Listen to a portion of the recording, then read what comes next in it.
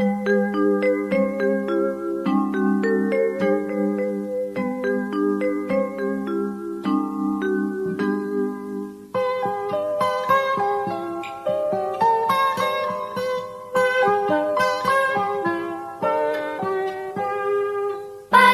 cerahku, matahari bersinar, ku gendong tas merahku di pundak.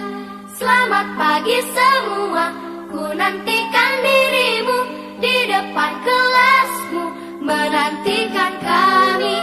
Guruku tersayang, guru tercinta, tanpamu apa jadinya aku? Tak bisa baca tulis, mengerti banyak hal, guruku, terima kasihku. Nyatanya diriku kadang buatmu marah, namun segala maaf kau berikan.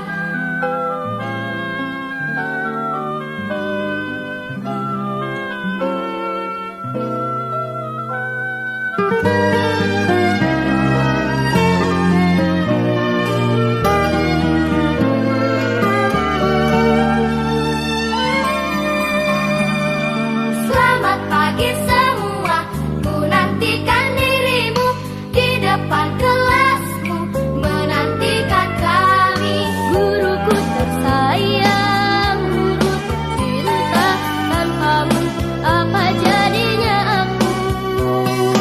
Tak bisa baca tulis, mengerti banyak hal, guruku, terima kasihku. Nyatanya diriku kadang buatmu marah, namun segala maaf kau berikan. Assalamualaikum. Apa kabar anak-anak? Kita bisa berkumpul kembali pada hari ini. Sudah siap belajarnya? Siap ya? Nah, sebelum belajar, biasanya kita tepuk semangat terlebih dahulu. Ya, kita lakukan tepuk semangat. Tepuk semangat. Semangat.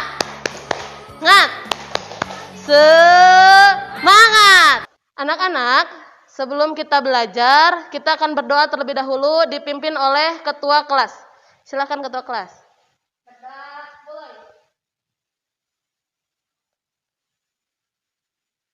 Terima kasih Alpino yang sudah memimpin kita untuk berdoa. Selanjutnya, kita akan bermain games. Ya.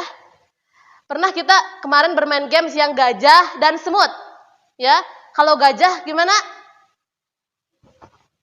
Kecil. Kalau gajah besar kan? Cuman biar kita lebih konsentrasi, jadi gajah tuh gajah. Gimana? Kecil, semut besar. Semut kan kecil biasanya, sekarang jadi besar.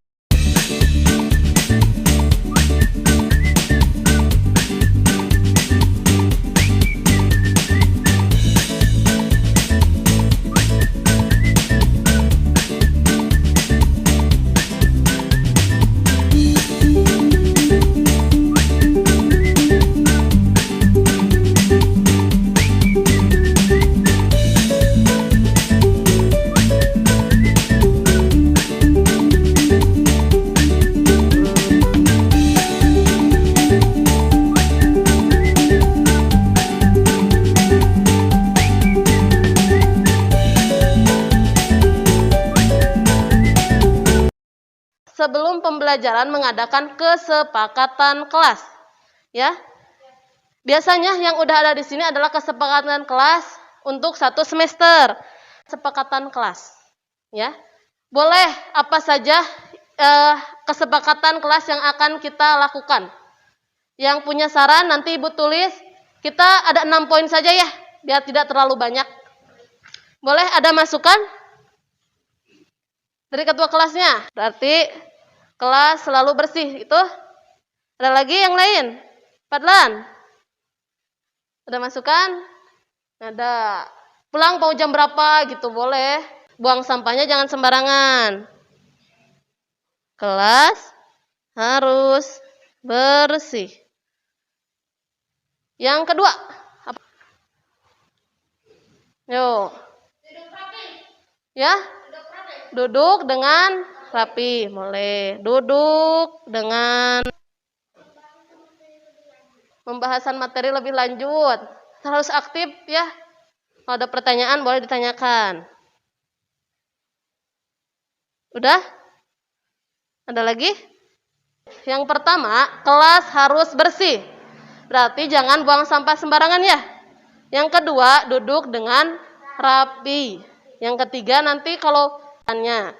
Yang keempat, membahas materi lebih lanjut. Berarti nanti sewaktu membahas materinya, kita harus yang tidak mengerti boleh ditanyakan.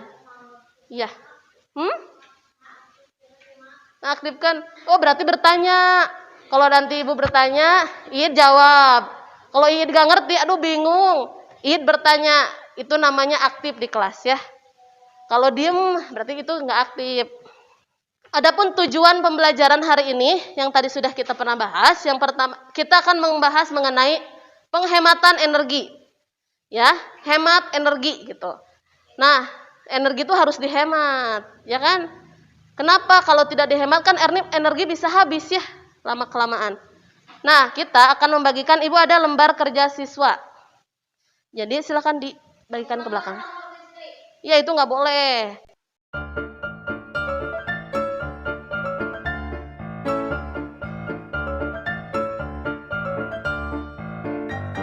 Nah, mari kita membahas materi lebih lanjut katanya ya. Tujuan pembelajarannya yaitu ibu akan menyediakan gambar. Nah, setelah gambar ini disediakan, ibu akan membahasnya. Jadi setelah mengamati gambar, akan mengetahui informasi apa saja mengenai penghematan energi. Ya. Dan yang kedua, nanti setelah diskusi, nanti ada diskusi ya, diskusinya dua orang.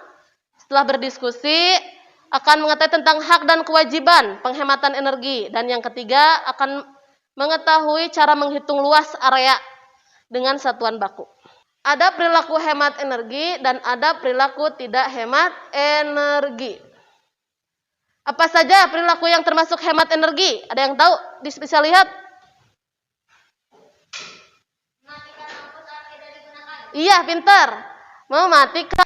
Ada ember, ini air hujan. Berarti menampung air hujan. Bisa dipakai buat cuci piring, ya. Bisa dipakai buat cuci sepeda. Selanjutnya, ini apa? Lagi minum?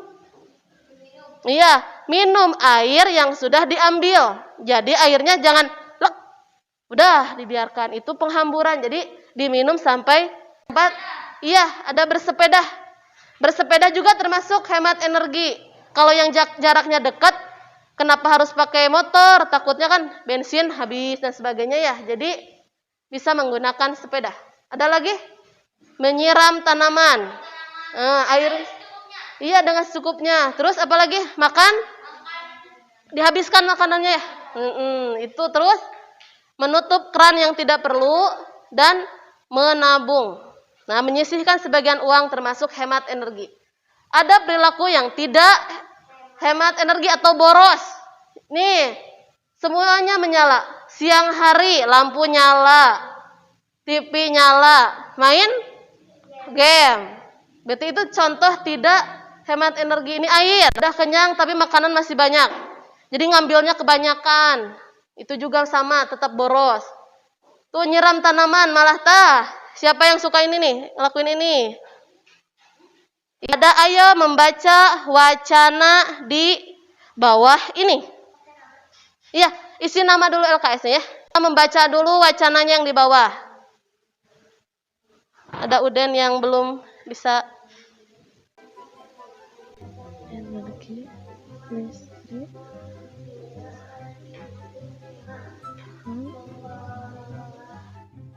Ini berarti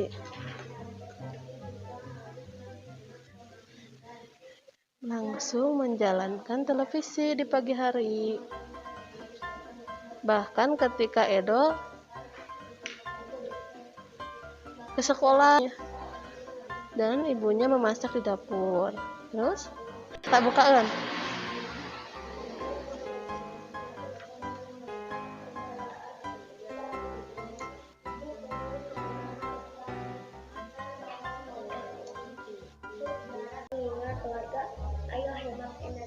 Tahu ya apa yang dimaksud mengenai penghematan energi?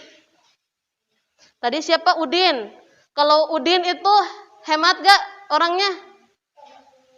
Nyalakan TV. Iya, itu termasuk hemat energi atau bukan? Bukan. Nah, sekarang kita mengisi laporan.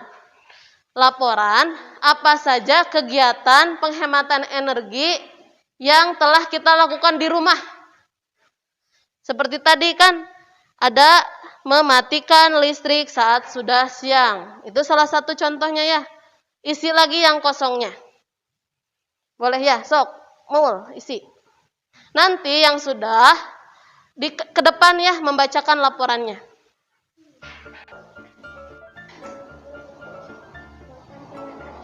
Makan dengan Kan habis bisa.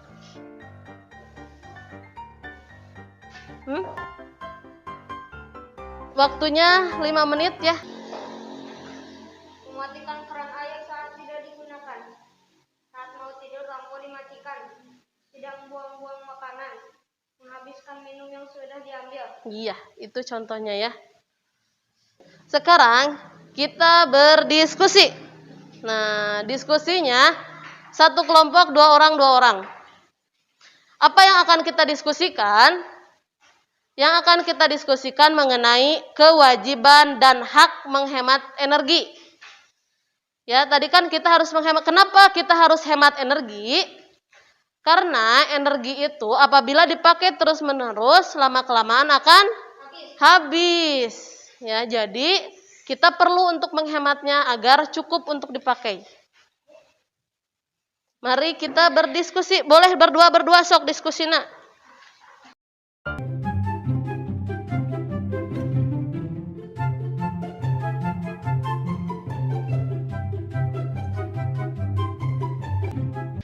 Nah, setelah kita berdiskusi, ayeuna urang berhenti sejenak, simpen alat tulisna. Aduh, terus rada rieuhnya namanya teh diskusi mah rada rieuh. Nah, biar gak terlalu pusing. Nah, ayeuna orang simpen sadayana. Duduk dengan rapi. Nah, iya. Kita lakukan kegiatan stop namanya ya. Berhenti sejenak, terus mengambil napas dengan dalam. Rasakan, ya patuangan teh kembang, kempis, ya deg-degana. Bisa dicabak dikieukeun nya. Aya deg-degan teu? Iya, so. Ngarah rileks, tenang, urang pirakun teu. Pintu mah mati cenah. Sok, urang rasakeun terus hirup napasna, tarik napas yang dalam 5 kali banyak. Kita hitung. 1, tarik, keluarkan. Tarik deui 2, 4,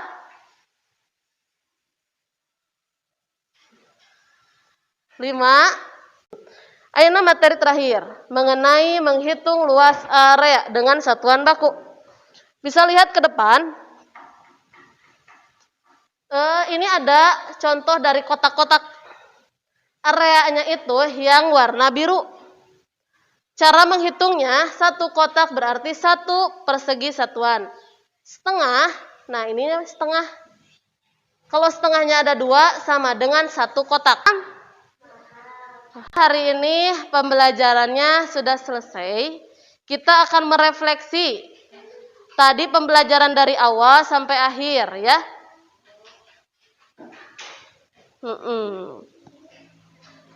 Oke. Jadi tadi di awal orang belajar naon tadi teh? Masih buka. Yuk,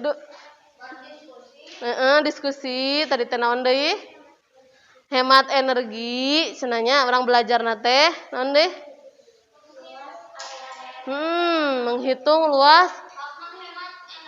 Iya, hak menghemat energi. Terus kewajiban tadi ya menghemat energi dan menghitung luas. Ya, tadi kita sudah belajarnya. Kita ada jurnal diri namanya.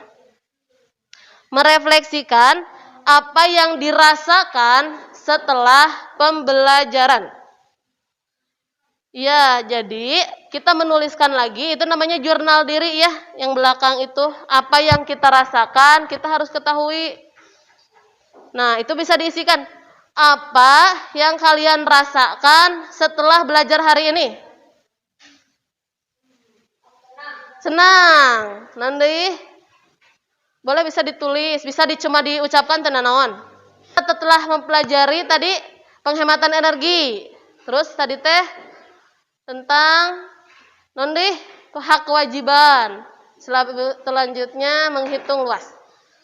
Ya, setelah selesai, silahkan buku dan pensilnya dibereskan kembali. Alhamdulillahirrabbilalamin. Pembelajaran hari ini telah selesai. Ya, kita biasa membaca doa dulu.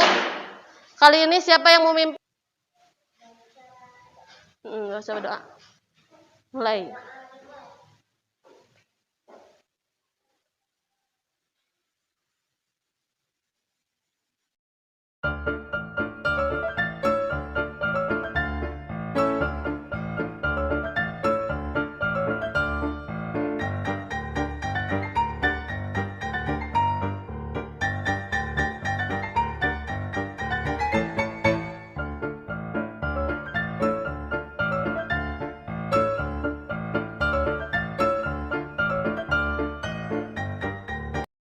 Refleksi pembelajaran berdiferensiasi dan penerapan kompetensi sosial emosional.